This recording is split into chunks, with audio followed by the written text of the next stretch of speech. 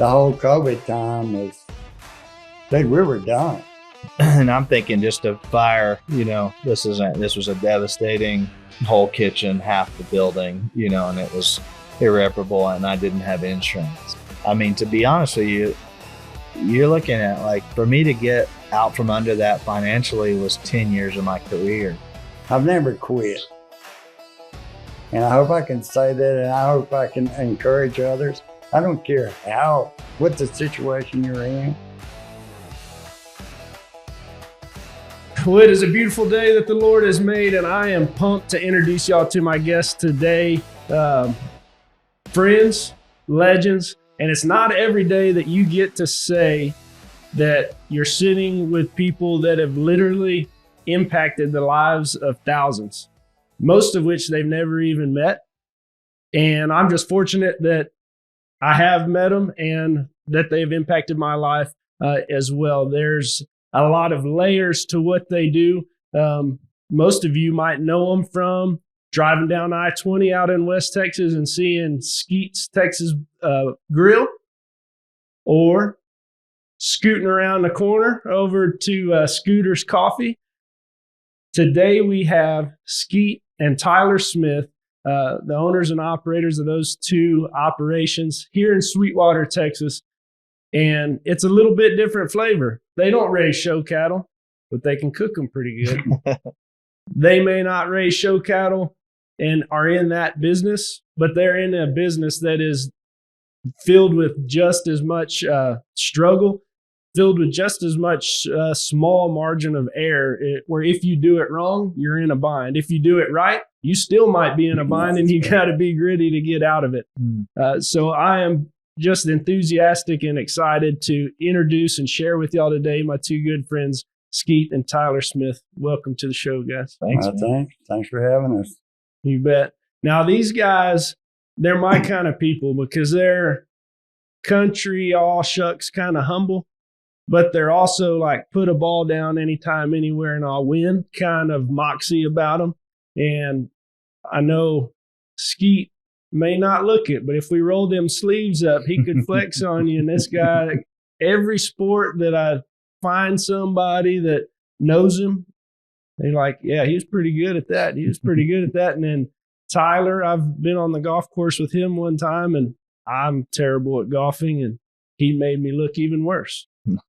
So, guys, thank y'all for coming, and just absolutely, thanks for having me. Give us a little bit about how you got started in the restaurant industry. And you might not know this, but I ate in Sweetwater at Chicken on the Run. Sweet. Back in the day when I came over here to visit Sarah for the first time while I was in high school. So how'd you get started? Why the restaurant business? Well, that's a good one. I was raised on a ranch, but I'd come into town the weekend and wash dishes and make a little extra money that way. And that's really how it started. Was that here in Sweetwater? No, I was in Breckenridge, Texas. Yeah, and time went on. I moved up the ladder, and here I am now. Really? But yeah, that's how I started. I just summer job. So if you would have been bad at washing dishes, you probably wouldn't have moved up. No, that's right. That was my mistake, being a good dishwasher. Mm-hmm. The best job I ever had, though. So would his mom say that he was good at washing dishes at home? Is that something? Is that how you got started, Tom? I think he's pretty good at anything he does, He gives it a good effort. That's a proud. He has hidden some time or two. Yeah, we couldn't find them. Sometimes that my brother and I would hide dishes so we didn't have to do them all, because we washed dishes at the restaurant when we were kids, and it'd be pretty late, and the girls would bring back a bus tub of silverware at the last second. And you're like, man. So we stuck them, hid them underneath some stuff, and about 2:00 in the morning, Skeet dragging us out of the bed to go wash some dishes. So we didn't do that but once. That reminds me of my college days when Sarah would come visit us, and we lived in a house. There's 3 or 4 of us guys. Mm. We'd take all the dishes out of the sink, just put them in the ice chest and put them in the yard. Find them gotta impress this girl. Find them 2 weeks later and get the water hose and wash them. Yeah. So was it Chicken on the Run that was your first restaurant business? Pretty much. The way it is, though, there will reach a point when you're working for somebody else. You go, I think I could do this better. Mm-hmm. And and sooner or later, 1976 was my first restaurant that I owned or that I started. Wow. And And so did you? so I was determined to have my own at some point. That was Penny Lane. Yeah, Right, yeah. it was a chicken and seafood combination. Awesome. It was going to be the next big thing. What was your vision of success at that time? Like, what did you? Well, really, I'll be honest. I mean, if I'm going to be honest, was employees in restaurant business weren't treated so well. There wasn't overtime. There were 70, 80-hour weeks. And I said, I'm going to own my own business and I'm going to treat people right.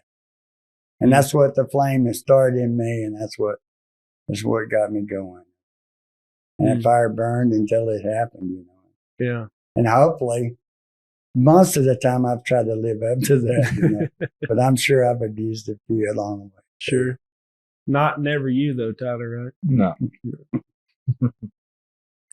How has y'all's relationship, do y'all work together on Skeets? Because it has multiple locations, right? Mm-hmm.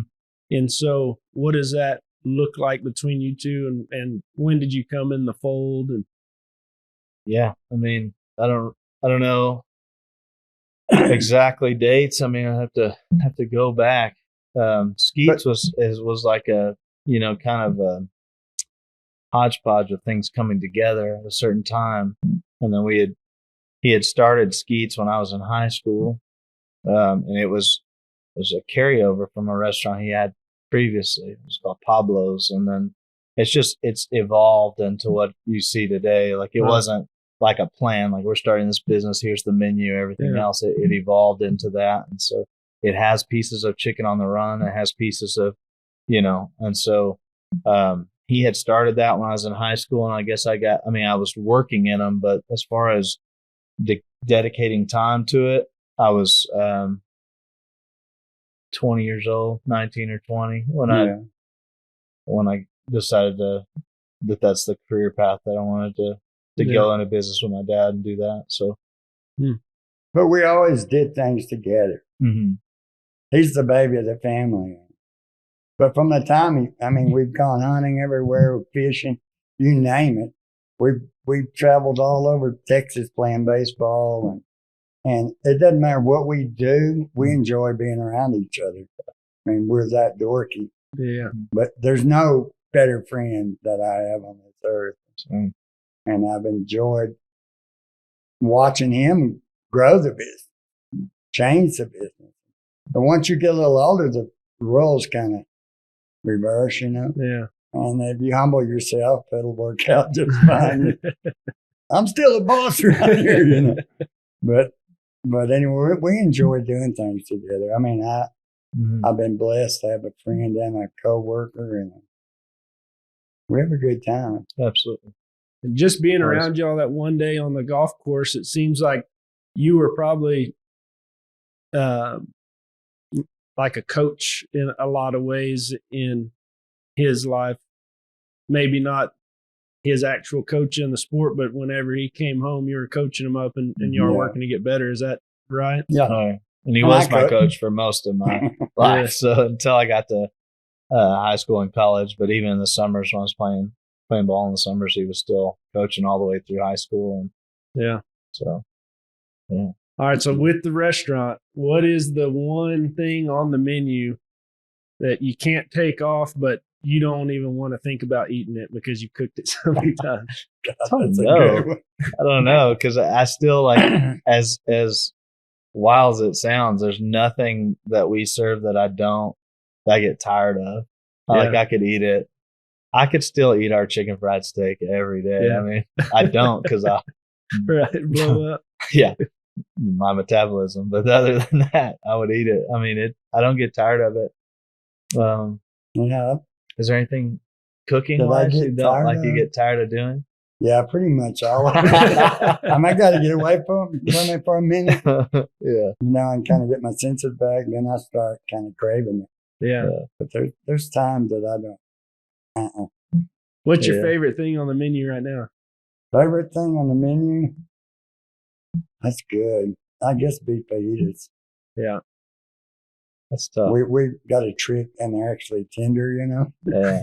You can chew. Right. So For me, marinated ribeye, probably. I mean, just because it's different than anything you can get anywhere else. And then the quality of beef we're buying is as good as we can get our hands on. And so it's just, I think that's top notch.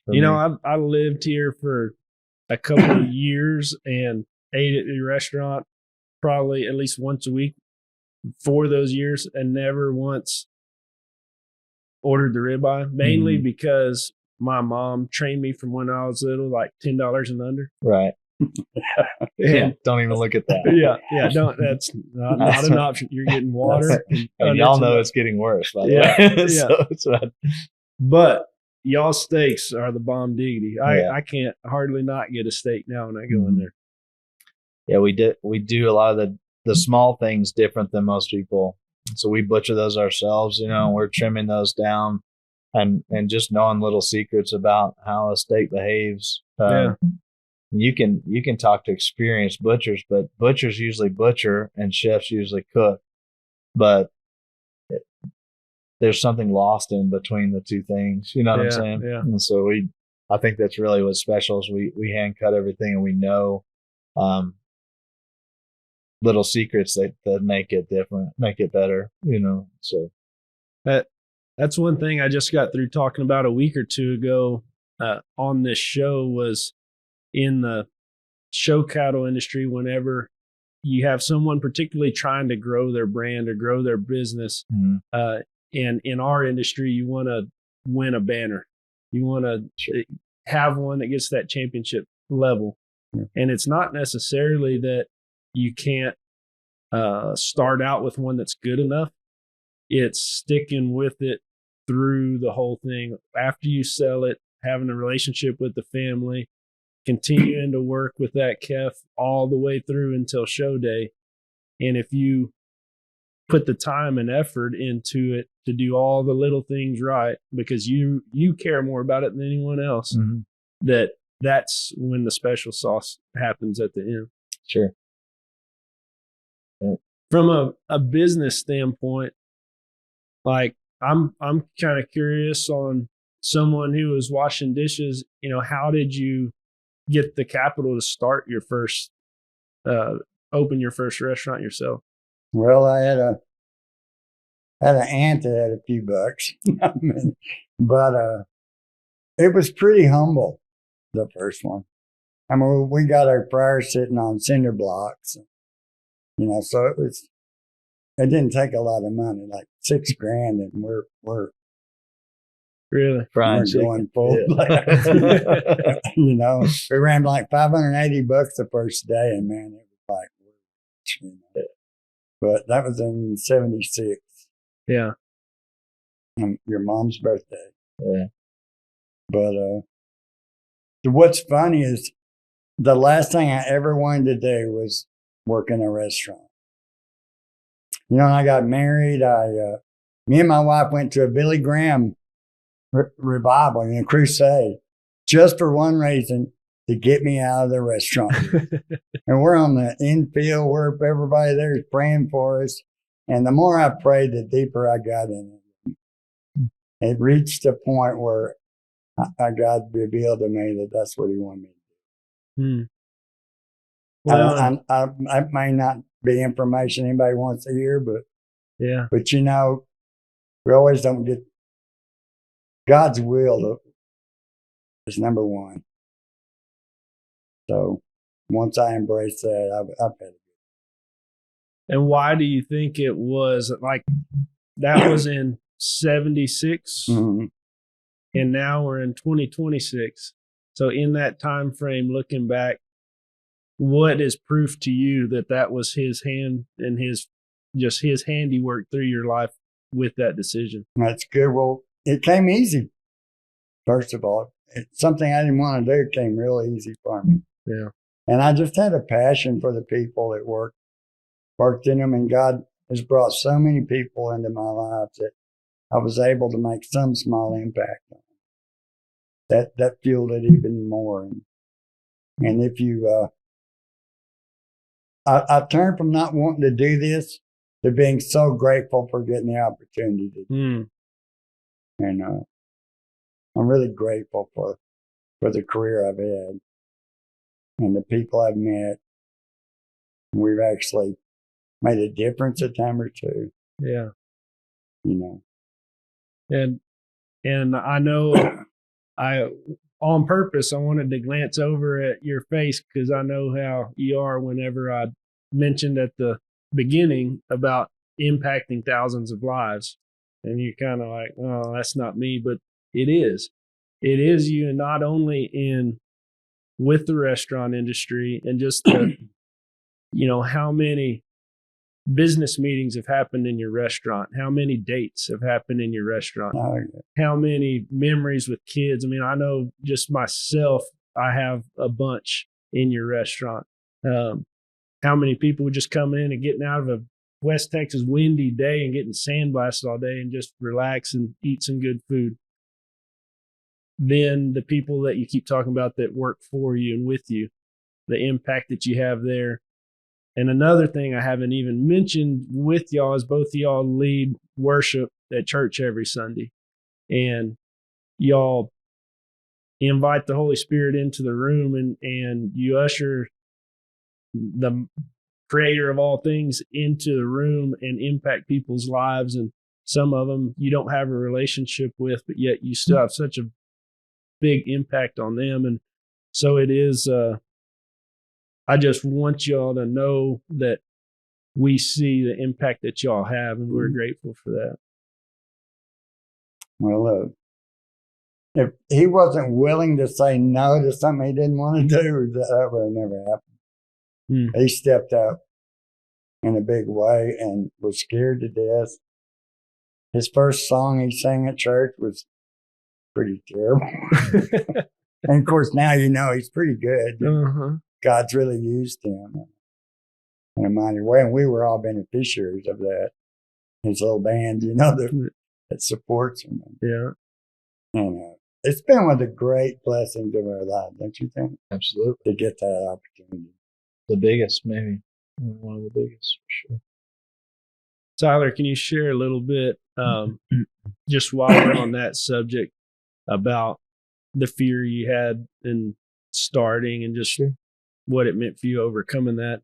Yeah. I think I could look back and tell you a million times in my life where I let fear win. And I just was at a place in my relationship with God where I was just more afraid of what he thought of me than I was the world. And so in those moments where things were coming up that I was still terrified about, it was easier to say yes and go ahead and follow through because I was more worried about how God saw me than I was the world. Yeah. I guess. I mean, I don't know. I mean, I can go back to second grade, like I played the violin or the fiddle, and I was in Star Search, and I got made fun of so much, and I was so afraid, and that instilled fear of playing music in front of people, or and I wore that for most of my life until God gave me the opportunity to lead worship in front of people, and I did not want to do it for sure. So I think a lot of people get stuck, and it may not be, God's always whispering or tapping you on the shoulder, trying to get your attention. And for each of us, it's different, right? Mm-hmm. At that point in your life, it was that. At that point in your life, starting the restaurant, it was that tug. But it could be a man trying to lead his home and he's scared to pray out loud with his wife. Absolutely. It could be trying to have a talk with the kid about getting to know Jesus, something that's very uncomfortable. Can you talk a little bit about the fruit that you've seen on the other side of breaking that wall down? Yeah. I mean, it's been almost 12 years now. So the fruit is innumerable. It's innumerable. I can't sit here and even tell you how awesome it is. Like just the relationships we've gained through doing that. I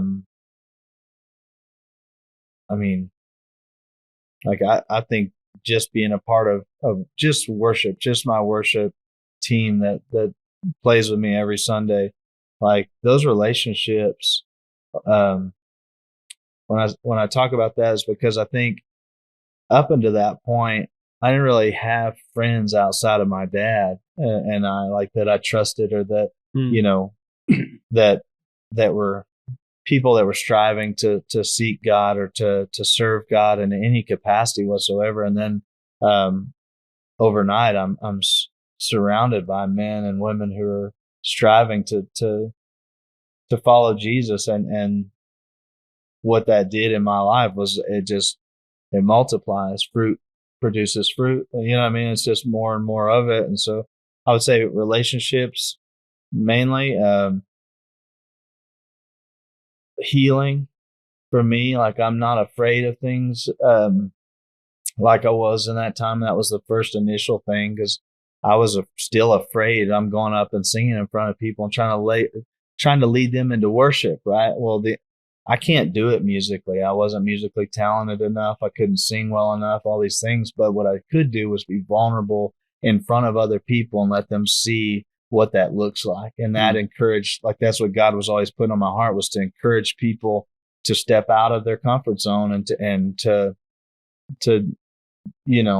walk into what he's asking them to, and that it is difficult and it is hard. And even if you don't have all the skills and don't have all the, tools, that if you'll just walk into it, he'll start to give those to you, And so, I don't know. I mean, the fruit of saying yes to God is our business, our family, our friends, everything. I mean, we've elevated in so many different ways since just if I can look back and just say one yes in my life, where that one yes to do worship or to go to church or whatever it was, like where it has impacted our family maybe forever. I mean, and my kids and everything else. So, on that, I think it's such a God's stamp on something whenever you see blessings from generation to generation.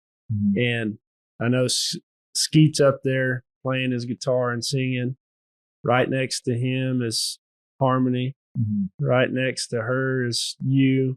Sometimes it's your daughter. Mm-hmm. And there's 3 generations there of people who are serving the Lord that are impacting. I mean, what's the size of the church that Kristen's in now? That Kirsten sings in front of thousands and thousands now. I mean, so that, she sings at 2 different churches from week to week, depending on where she's at. Yeah. And each one is over, 5,000 attendance. So it's crazy. How's that make Grandpa feel? That's awesome. Really great. We're all just blessed, not just the singing she does, but the way she's given her life to Christ. Mm-hmm. Was there a time in your business that it really took a big leap of faith to keep going? A bunch of them. Yeah, we've got a couple, but. Hey guys, this is Colton, and I'm here to encourage you. If you want to raise champions like you see here, go to Cattle Coach Academy. This is a course that I've created to not only help you build your business, but to do it to where you make money. I want to see you thrive and make money in the cattle business, and this course will help you do it. So click the link below. Now let's get back to the show. He can probably share more than this, but the whole COVID time was, we were done. Mathematically, I'm pretty good at math. There was no way out. We had 6 stores, and he's kind of closer to making the right choices than I was. It was a time to, What do you mean by that? because he was a little bit more in favor of starting to shut a couple of them. I was going to go to the very end. And it reached the point where neither he nor I had anything to do with it. God started closing them. Mm. And I'm just seeing my life's work go down the drain. One closed, Hanson closed, two in Abilene closed. So at the start of COVID, y'all had 6 going? We had 6, yeah. And, you weren't allowed to serve other than carry out. Yeah. And God really continued to bless the one in Sweetwater. It did as much carry out as it did. So we kind of hung on to that. But he's a lot more positive about it than I was. I said, we're done, threw up my hands and realized looking at God's plan now is so genius. Everything God did was exactly opposite of what I would have done as a businessman.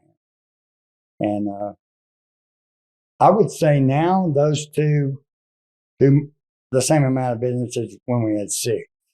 Really? Close. Yeah. For sure. Anyway, he can talk more about that. Just about closing them? Well, I know, but I'm saying you were more in the books, the money of it, than I was. Yeah. But I just thought we were done. We were done. I mean, and Tyler, like on this, for people that are listening that are in the cattle industry, mm-hmm. It's hard to say no when you get another lease. Yeah. It's hard to say no whenever there's a good cow deal. And Mm-hmm. there's a point where things are good and you're trying to take on the world and be great. Sure. But with what you have in your infrastructure, what's actually the best may be here, right? And there's a point where you need to grow, but there's your sweet spot, right? Mm-hmm. And then you try to go past that and it may not be what your infrastructure can hold. And so Sure. just what's your story just kind of along those lines? Yeah, I mean, jokingly, he would always say it. People would be like, "Oh man, y'all got 6 restaurants, da da da da," and he would always say, 0 times 0 is what? 0. He said, "Well, 0 times 6 is what?" And so he'd just tell him like, and that jokingly, it was true, is when you're duplicating. These businesses were cash flow businesses, and so when you're duplicating that, and they're not stacking money back. When there's any bump to that cash flow, you're in a bind. Now you got to rob it from somewhere to get it. You know what I'm saying? Yeah. And so when that happened, when COVID happened, obviously you're going to start seeing discrepancies in your business. It completely changed our business model overnight. And so I immediately knew it was really important that we get our hands on what we could control and to shrink it to a, because a side note to that, I had a baby at the same time. So I couldn't work physically in the businesses. So I'm trying to do all this remotely. And so I'm really digging into the numbers and seeing them from the back end more so than I ever had, because I wasn't trying to cook and you weren't doing the physical tasks. You correct were back there. Yeah, I was seeing them every day. I'm looking at them and I'm watching these and I'm telling him, because we had decided, okay, we're going to hang on to Sweetwater, Snyder, and Merkel. The best 2 stores we had and the easiest store we had. So that was our decision. Well, I'm seeing it every day and I'm telling dude, Snyder's got to go. And he's like, no, that's our best. That's one of our best stores. I'm like, it's not doing, it's losing faster than what you can even be aware of. And so, that was the hardest, because I'd taken PPP loans out at that time, or grants from the government, knowing that I was going to have to pay all that back with a store that was closed. But I still thought it was the best decision was to take on the debt from that and just pay it out. And so we went ahead and followed through with closing it and got down to just Sweetwater and Merkel. And so, what was the biggest deal keeping you from wanting to do it? Was it the pride? Was it the employees that were going to be out of a job? Was it what part of it was the tug to keep us from doing it? Yeah. All of that. I mean, All of That's the above. you talk about years of training you put into a place, and I mean, it was gut wrenching because the people are what mattered to us in the first place, not just the employees, but the communities. Yeah. We knew that because we want to serve in smaller communities, and we knew that pulling our business out of these communities would affect those communities. And so, it's hard to juggle that, and know what's best, but we just tried to be obedient to what God was leading. And honestly, we got to a point where, we really didn't have a choice. I mean, it was just, I just recognized it sooner than what we had in the past, where I was just like, hey, we're backs against the wall. We have to do this stuff. Yeah. So as much as I wish I could take credit for, hey, we did this and simplified and it made things all better, like we were pretty much forced to simplify. Yeah. And so now that you have, what's the game plan now? What does it look like? Yeah. So, I mean, we're talking about it daily. I told you we started and it was an evolution, and we're still evolving. We never really feel settled or like we have it figured out or that we're where we want to be. I mean, never. You got the chicken strip figured out, I think. The tender is pretty good. Yeah. Well, that's the oldest thing on our menu. So, right. I mean, that went along with the Penny Lane days. So that one's been around a while. I mean, I don't know exactly what it looks like, and I wish I did, but we are talking about it every day as to what we want our business to evolve to, and what we see in the future for it. But it definitely, whether it's to grow the location in Sweetwater and make it more of a destination spot, and really take some of our recipes and start to sell those things separate. Like, there's a few things I think that we could get out and market in a different way, and maybe mass produce in a different way. But the biggest thing is to continue to develop systems and structures that we can duplicate, because we can't really grow until we have like very detailed structured systems, because what we've learned by being big is that when you're big, it exposes all of your weaknesses. Yeah. It exacerbates them. You see them, they're much bigger now. When you're 6-7 restaurants deep, now you're like, oh, these little problems are big. And so it's taken all these years to shrink back down to where now we can actually get ourselves to where we could grow. Could you share what like one common problem is that, like, if you can get this right, that's a big check mark whenever you're running a business or a restaurant business? A lot of times people like Tosh said, we're not sure what we're going to do, but we're very sure what we're not going to do. And we spend more time on that than anything. Say that one more time. We're just not going, what we want to do is establish some things we're not going to do. We're not going to buy cheap products. We're going to treat people a certain way. We're going to work people a certain amount of hours. We're just not going to abuse people. We're not going to take advantage of anyone. We're just not going to do that. So we do have a few things going for us, that you can bank on. Yeah. We're struggling profit-wise now because of the price of groceries now. Right. But we're not going to be tempted to veer off and buy a lesser quality product. And do you agree? Or absolutely. I think that's backbone to a lot of it. We're hell bent on giving you a good product. Yeah. We just need to package it a little differently. Sure. You know what I mean? Tell me a little bit about the scooters venture. That's do you know how many times that I've pulled in and got something, not only because it's your deal and I'm all about team player and supporting, but because after I order, I want to hear them say "scoot around the corner" and then the next window. Like, I'm like, hey, if you don't say it, I'm going to sit here until y'all tell me to scoot around the corner. I'm Yeah. the same way. That is a complicated story. Long story short is I, at the time, thought I was about to come into a lot of money and I needed to diversify that money. And I don't know anything but restaurant business. So I was looking at things that were in the same vein that I would be successful in, but that were also a little simpler and easier to manage and to easier to train people and those kind of things. So in that search, I came across a Midwest franchise of Scooter's Coffee, and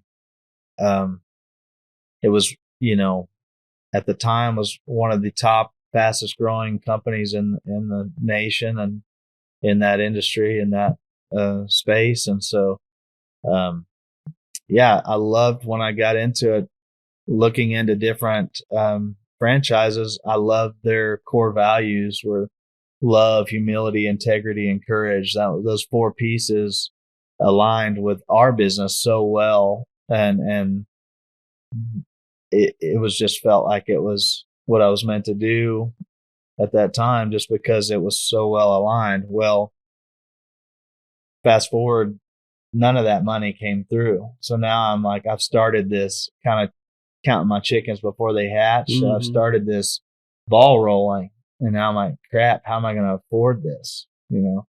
And that's very relatable. I mean, you're not the only person that's ever done that. So, and I mean, I'm getting, this was wild. So, but yes, they, as I'm doing it, as I'm walking through the process of paying my franchise fees, all this kind of stuff, I don't have enough money. I don't have enough capital. Like, I'm barely, meeting the standards for what they need at each level of it. And so, and wildly enough, I would always just have just enough money to get to the next stage. And so never any more, never any less. And so, there came a point where I was completely told no, like between the construction phase and where I had been approved for my loan for that, so much time had lapsed that loan had to be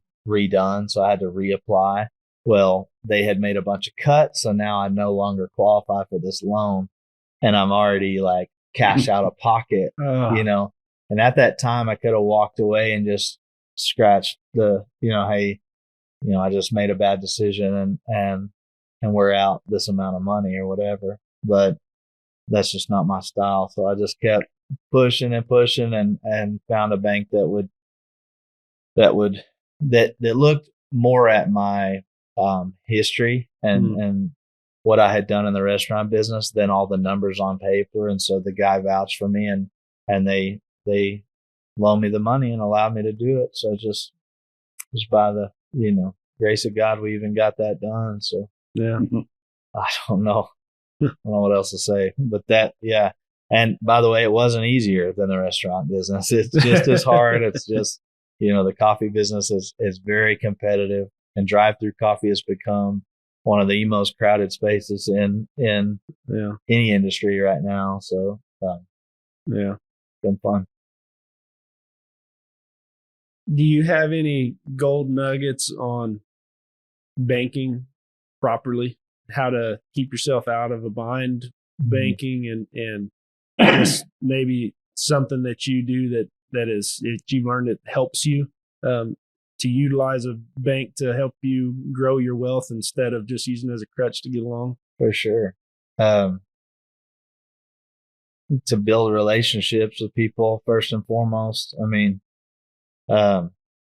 because when you build relationships with banks or bankers, a lot of times they'll be more honest with you. Whereas, everybody's trying to make money. And so bankers will tell you one thing, and then on day to close, it looks a little different, And so, I think it's really important to know who you're doing business with and not just trust everybody that will loan you money. Because they don't always have your best interest at hand. And so, as far as, I mean, do you have any banking? I mean, Well, I'm the reason you get in trouble with banking. I He's just the didn't reason- do what he did. he's the reason I looked to at get him. I out. went, I'm gonna just not do that. So I'm the last person to ask her. But I would agree about anything, even food suppliers over relationships are the bottom line. Mm-hmm. And I mean, even the guy that picks up your trash, man, he's got to be your best buddy. Yeah. And build your business around relationships. Don't ever minimize anybody. Mm. And always realize that you're no big deal. Mm-hmm. If you don't mind me asking, how old are you? 73. And it was about, I don't know, 3 weeks ago, we're eating in Skeets, and I look back there and you're cooking. Sure. Is Every that day. every day? Every day. Yes, sir.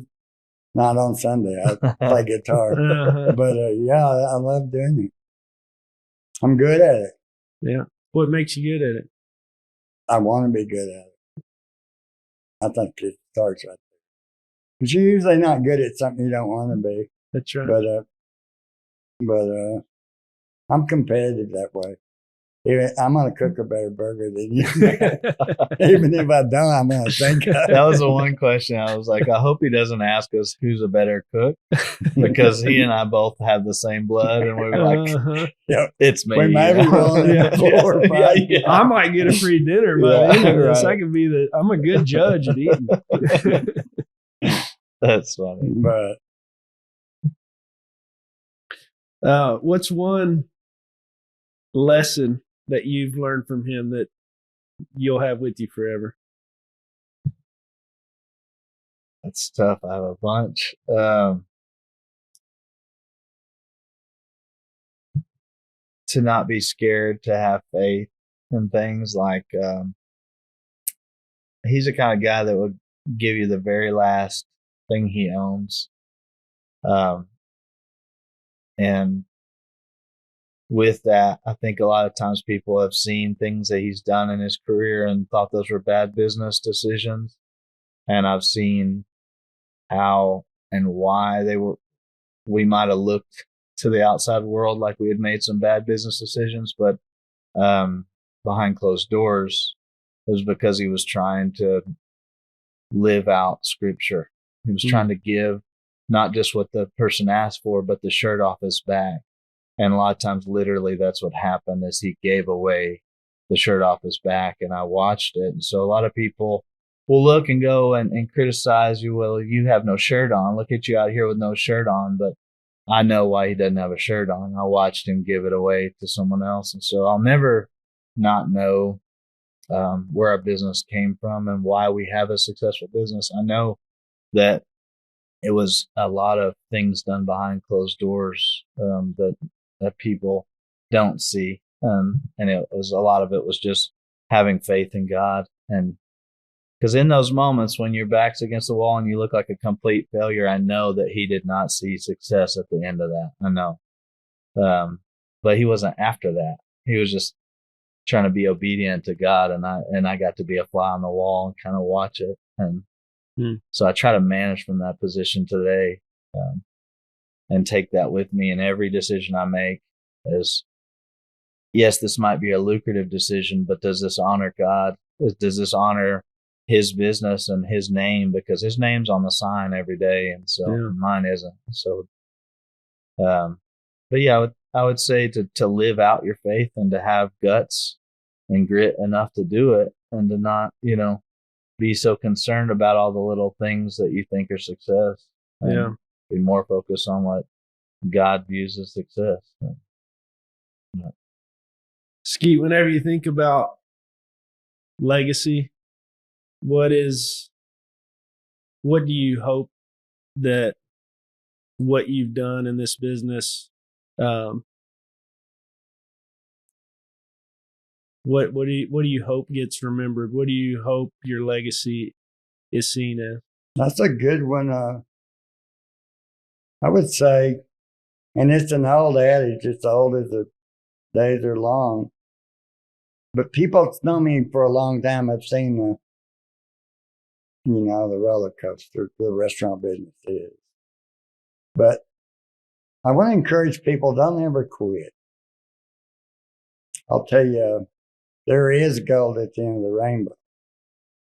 But as bad as things look, and as often as they have looked that way, I've never quit.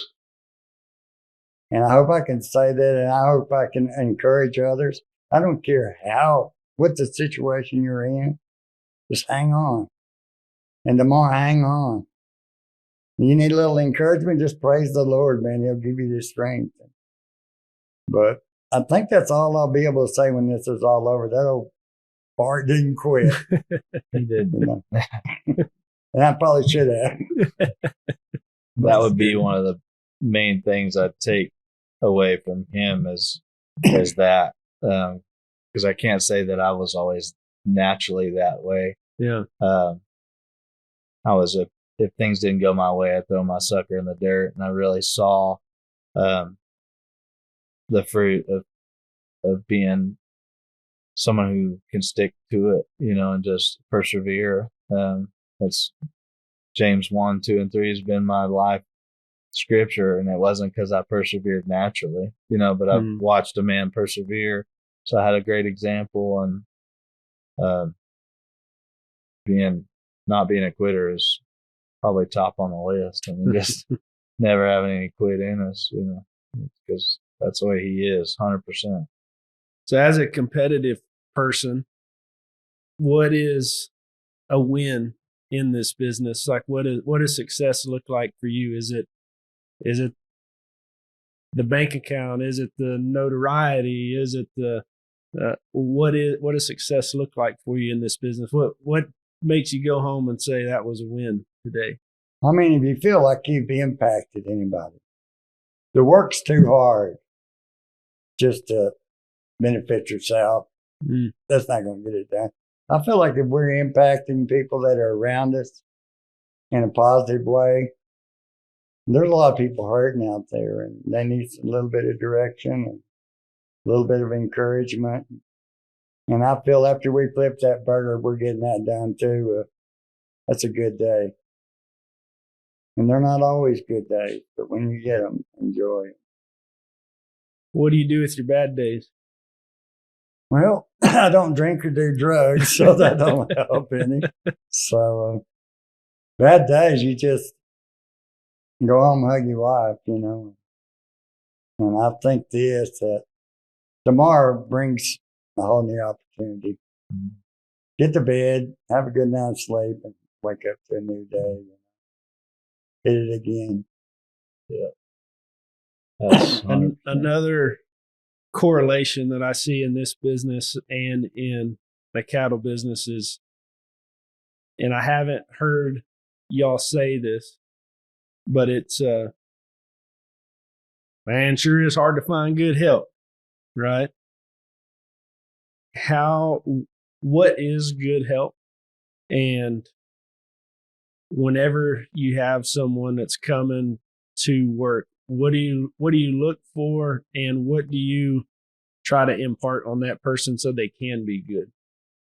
I think treat people as individuals. I mean, I think that's the biggest mistake in any industry is when we're looking for help is to try to apply this blanket across what we're looking for, because you might be really timely, but your productivity's low, or somebody might show up late every day, but their productivity is really high. So it's knowing that each individual has strengths and weaknesses, and we want to highlight their strengths, and we want to gradually encourage and try to build on their weaknesses, because every single employee is going to have weaknesses. And so if you just try to get a carbon copy across the board of people that have, that are on time, well, that's great. You got a whole bunch of slow workers on time. That's great for you. Doesn't mean that they're aware and they're aggressive and that they're, talented. I mean, it just doesn't. So we're looking for diversity. I don't want a crew of any one thing. And it starts by just treating people as individuals. And and trying to love up each one of them individually. And you know what I'm saying? Yeah. Like you would your kids, same genetics, but they're not anything the same, right? I mean, so you have to parent them differently. You can't just parent them the exact same way. And so I think that's the same thing at work. It is hard to find good help, but it's also hard to find good leadership, you know? Well, and that's, I think, what it comes back to, because as business owners, we have this false thing in our mind that's saying that there's going to be somebody that's already like manufactured to perfectly do this job. Mm-hmm. And that person more than likely does not exist. And it's your job to lead them and train them and mold them into that position. For sure. But our minds are hardly ever there, because we're working on the business. We're growing. We're staying busy ourselves. We don't have time to do. I don't have time to hold your hand, right? But it's our responsibility. Mm-hmm. And if it's not going to be your responsibility, then you need to have somebody in place to teach that person or bring them along. And it makes me think of having 6 locations. How did y'all set that up where you knew the people as individuals to be able to train them? Yeah. I mean, we didn't. That's why I didn't do well. Was we didn't have our hand on the management as well as we should have. And a lot was slipping through the cracks, and it didn't represent who we were or what we were even trying to do. It just got bigger than we could control. Yeah. And that's why, if you're going to grow, that's why I think that it starts with your people. If you don't, you can't be running around growing a business and you don't have the talent. You need to have the talent first. You need to have all those people in place and then decide to grow. It needs to be a choice, because if you just allow the business to organically grow and you don't have your hand on it, it can outgrow you and it can outgrow your skill set. And so that's where you've got to be aware that, it starts with our people, and we would be better off spending our time putting, training management or training people than we would be trying to open a new store or go into a new venture or whatever else, because then that sets us up for growth. But yeah, I mean, there's a cool story that I've shared with very few people. I just learned this myself, and it's about my family within the last 5 years. My grandpa is known for being a cattle trader. Right? He's traded hundreds of thousands of cows. He's owned multiple sale barns. He grew up in the Depression, didn't have money, and was told he'd never be able to have land or cows. And it's just amazing. Like me growing up, I've always seen him with it, right? Mm-hmm. And something I did not know about him, he started a company that had nothing to do with cattle. But he had this idea that was like, we need to put all these little general stores and just like a sign shop and a tire shop and hair products and put them under one roof, right? So he started this deal called Frank's Incorporated, and he think of like a Sam's Club membership, and then he started these franchises all over the country, and he would do like a strip center because that's what he could afford. He couldn't afford one big building and just put all these shops beside each other, which kind of went away from his model of needing to be under one roof, but they were close in proximity. And he would put on these meetings and try to sell these memberships to people. And like, he would sell one to you and you would start your own in your town. And then he'd sell one to this guy and he'd start his own in this town. And he was flying all over the place. And I'm like, you're lying your butt off. You didn't do that. You just been an old cowpuncher.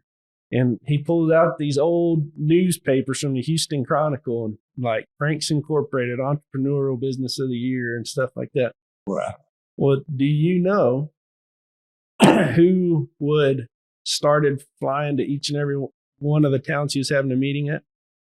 A man by the name of Sam Walton. Who looked at his business model and said, this needs to be done, but this country bumpkin ain't doing it right. My grandpa went with this idea and went wild, and went wide, and had them spread out everywhere and couldn't keep up with nothing.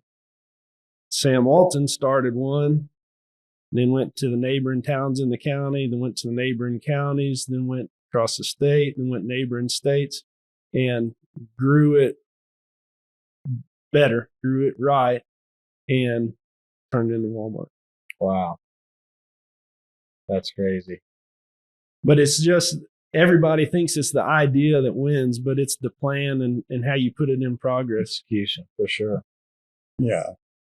In the show cattle business, especially, people they think if they go out and buy the best steer that they're going to win, or if they buy the best cow that they can raise the best ones, which there's a lot of truth in it. But if you don't have infrastructure to be able to mass produce and get calves on the ground, then you just have pretty yard ornaments. Sure. And unfortunately, that's where a lot of people are. And it's an expensive game to get into. And so you can get into it and then look up one day and say, oh, crap, what now? Mm-hmm. Yeah. As we wind down here, I'd want to do a little rapid fire questions for y'all. Oh, boy. This is a competition. All right. A little competition. Don't Lunch rush or dinner rush? lunch. Why? I want to be Easier. home with my kids. Gotcha. It's because it's faster. It's over sooner. The dinner rushes. Yeah. More condensed. Yeah. What's the hardest role in a restaurant? Cook, server, manager? Manager. Cook. Hey, you're supposed to be rapid fire. Oh, okay. I forgot. He beat you by 35 seconds. Worst customer request you've ever gotten? It took, well, for me, well done steak. Well done steak. No, took the worst customer request. Turn that good butchered steak that you hand just trim and cooking 'em. turn into a piece of leather. Yeah, and then I've had someone want it well done and cut up for them, which was wild. But I don't know. I don't feel put out by any requests. I'm just glad they're here. You know? Right. So I don't. But anyways, I've had people ask me to deliver their food to a motel or something, yeah. which that was annoying. What's one thing that customers don't realize about running a restaurant? I think one thing they don't realize is we don't take mistakes lightly.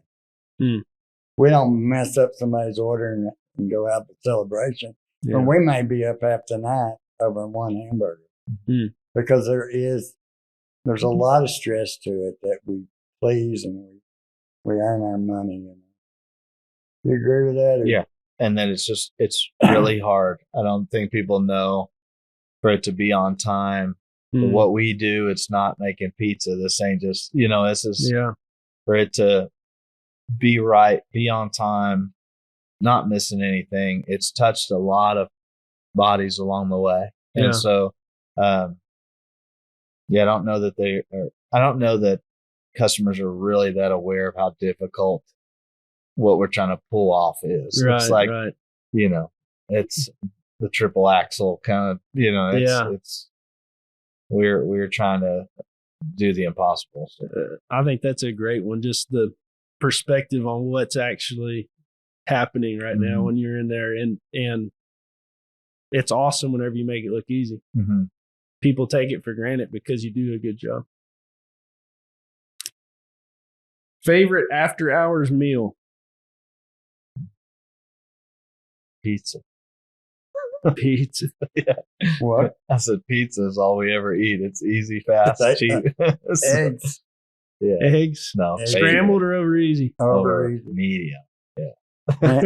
Ham, eggs, and pancakes. Yeah. We are steak and potato people for sure. But if you said favorite after, my mom makes this barbecue meatloaf. My favorite. Hands And mashed down. potato, hands down. Maybe we need to have some Mama's meatloaf on the menu. I've tried it. Really? Yeah, it may be one of these days. And by the way, we wouldn't either one of us be here without No, yeah, this That's lady true. in our life. the The best bride. cook in our Yeah, family she's- too. Yeah, Really? yeah. She's beyond So awesome. you telling me, this community, and the thousands that I say y'all have impacted have been getting the B team? Yes, 100%. If you want the truth. If Jesus walked into your restaurant today, what would you want him to notice first, and what would you want him to order? That's good. That's first. Now, I would want him to notice that we're all smiling at him. Okay.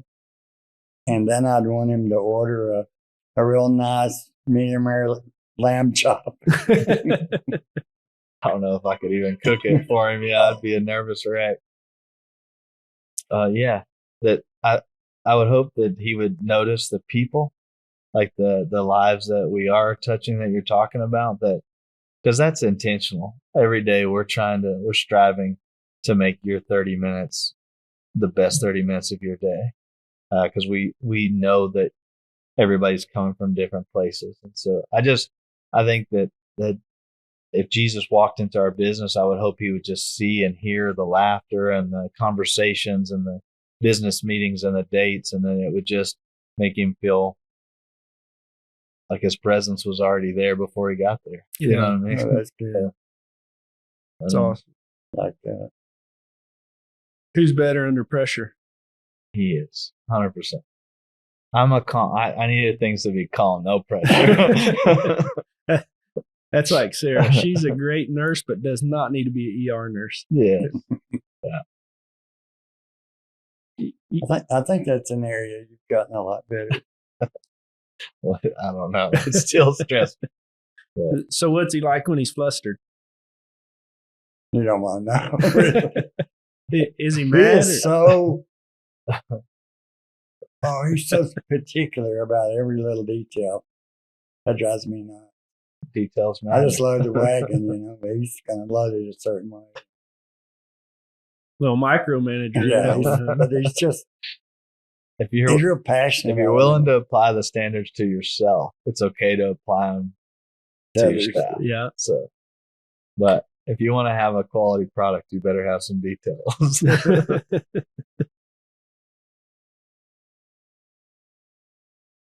Do you have just one story that's like just a fun story that's happened in your business at any point that was like maybe off the wall, didn't expect happening, or it was like we mentioned COVID, another hard one that you overcome, or a big fun win? Is there anything that comes to mind just as you look back at all your years of business? Just what's I mean, there was this time, right? And about the way the restaurant was situated is at the very end of the cooking line was the cash register. So they could actually look down while they're paying out. And I was plating a steak. This was earlier in your career. Yeah. Yeah. And, yeah. He didn't work for us when he No. did this. Let me just preface, please. I mean, I had to grow. I dropped a steak plating it, but my back was in good shape, so I bent down real cool and picked the steak up, put it on the plate. And as I'm turning, the guy at the cash register is going. So I pick it up and walk by the trash can and drop it. And he goes, Yeah.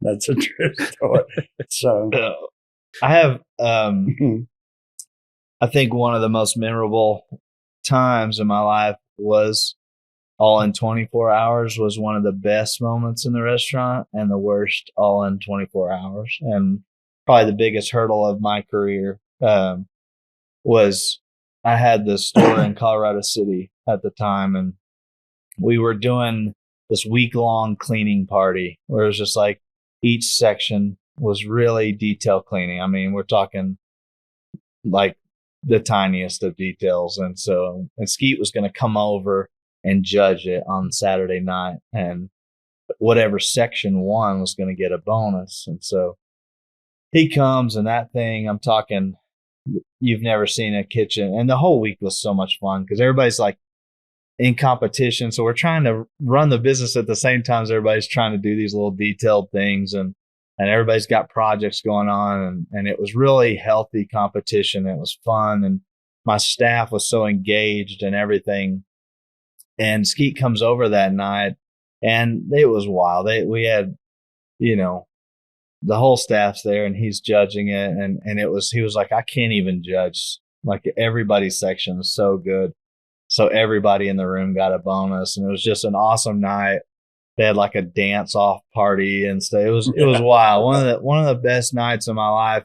And about 5 o'clock that morning, I get a phone call, and that business had went up in flames, caught on fire, and had a major fire through the night. And so drive over there, and I'm thinking, just a fire, this was a devastating whole kitchen, half the building, and it was irreparable, and I didn't have insurance. And so that was my first venture on my own. That was my first time my name was on taxes and on mortgages and equipment and all the things. And so I didn't know I needed insurance, to be honest. I didn't know it was that big a deal, and turn around and you have nothing, so it was, and I had tried to grow. So I had just spent a bunch of cash, and just like turn around, and I was in a bind. That was by far the much harder to overcome than COVID, much harder. So that was really what allowed us to enter into COVID with kind of a little extra confidence, was because we had overcome a major fire and major financial devastation. So you don't have to go through the whole story, but what's one thing you can pull from what got you out of it? Like what got me out of like that mess? Yeah. How did you overcome it? One day at a time. Just keeping my nose down, keep working, and don't try to fix everything at once. Don't look at the whole elephant. Just like taking one bite at a time and trying to dig my way out one piece at a time, and being honest, going to people and making deals and being like, hey, I can't pay you today, but I'm going to pay you. What can we work out? And just being creative. Was at the end of the day, nobody wants to see you fail like that. And so everybody in the industry really will have your back if you give them a way to, and so I think that was a big part of it, going to the banks, being honest, and then just God blessing our business to where we could absorb some of that financial devastation. But I mean, to be honest with you, you're looking at, like, for me to get out from under that financially was 10 years of my career. And so I wouldn't say, that it was one thing. It's just digging one day at a time, and not getting too, I don't want to, like, you can't forget about it, because you want to, you can't just move on. But yeah, I mean, that's, well, it's amazing. I don't even know if you realize what you just did, but earlier you said, what's one thing you take from him? And it was not quitting. And then now the one thing that got you out of it was not quitting. 100%. Absolutely. And that's why I would take that with me no matter where I go, just because I know that's how I got scooters. That's how, it's just learning to keep pushing through. And just because you got given a no doesn't mean it's no. It just means it's that no, that it's not, it's no today or whatever else, but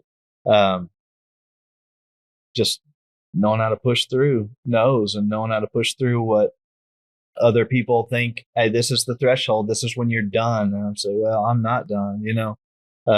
We can just find ways. And I've always just said, throw darts. Like, you just keep throwing darts, and if you get too hung up on the misses, you're you're going to be too scared to throw another one. And so you can't get too hung up on misses, and you've got to be willing to just keep throwing darts. For me, it would be golf. I've maybe hit a shot that felt good and looked good maybe once or twice in my life, but all my other shots are to feel that again. Yeah. We want to flush one for sure. Yeah. That's funny. There's one more question I want to ask y'all.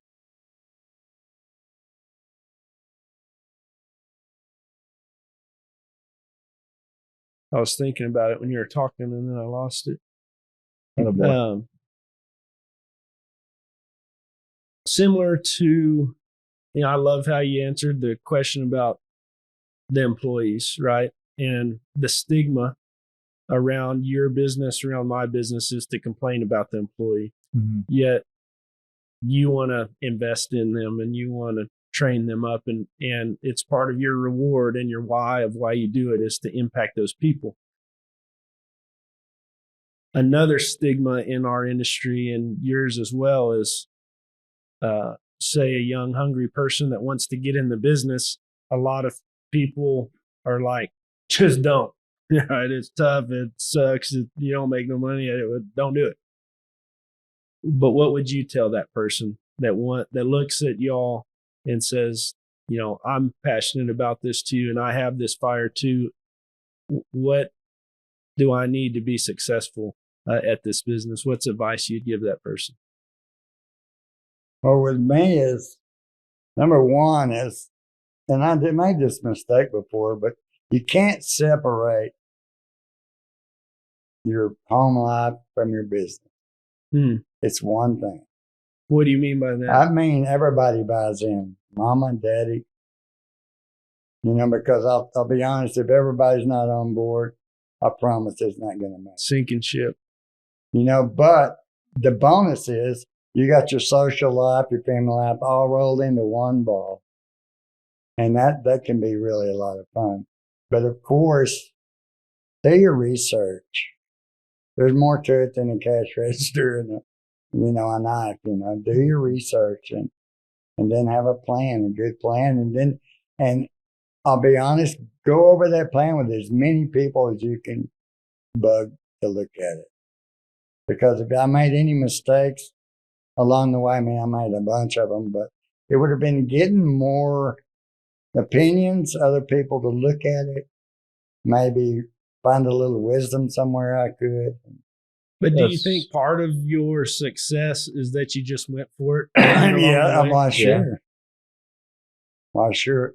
I've never really been afraid of failing, even though I'm pretty good at it. And that's the key, is to get around. You don't have to be the go for it guy, but get around people who are, because you'll learn from them. You'll learn from their mistakes. And then when it's your turn to go, you've got their wisdom to tap into. Because that's exactly what he's saying is what I would say. Like, you want to do something like this, or you want to get into the cattle industry, you want to go for it. But just like he said, you've got to do a little bit of homework and be around guys who have been successful, not just guys who have tried it, but get around guys who have failed just the same. Yeah. And see, why did they fail? Where did they go wrong? Where did they, but most importantly, I think it's important to know that you're like, if you want to do it, you're not going to have the capacity to do all of it. And so the quicker you can get to learn that, you've got to find people to do the pieces that you're not good at. You don't need to go looking for or hiring people who do the same things you do. You've got to be the guy that does what you do well, and you've got to go find the guy and the girl that do the things you don't. You've got to be searching for people who, and know what your weaknesses are, because before you get into something, you turn around and you didn't know you were really bad at numbers. Well, 90% of the restaurant industry is numbers. Yeah.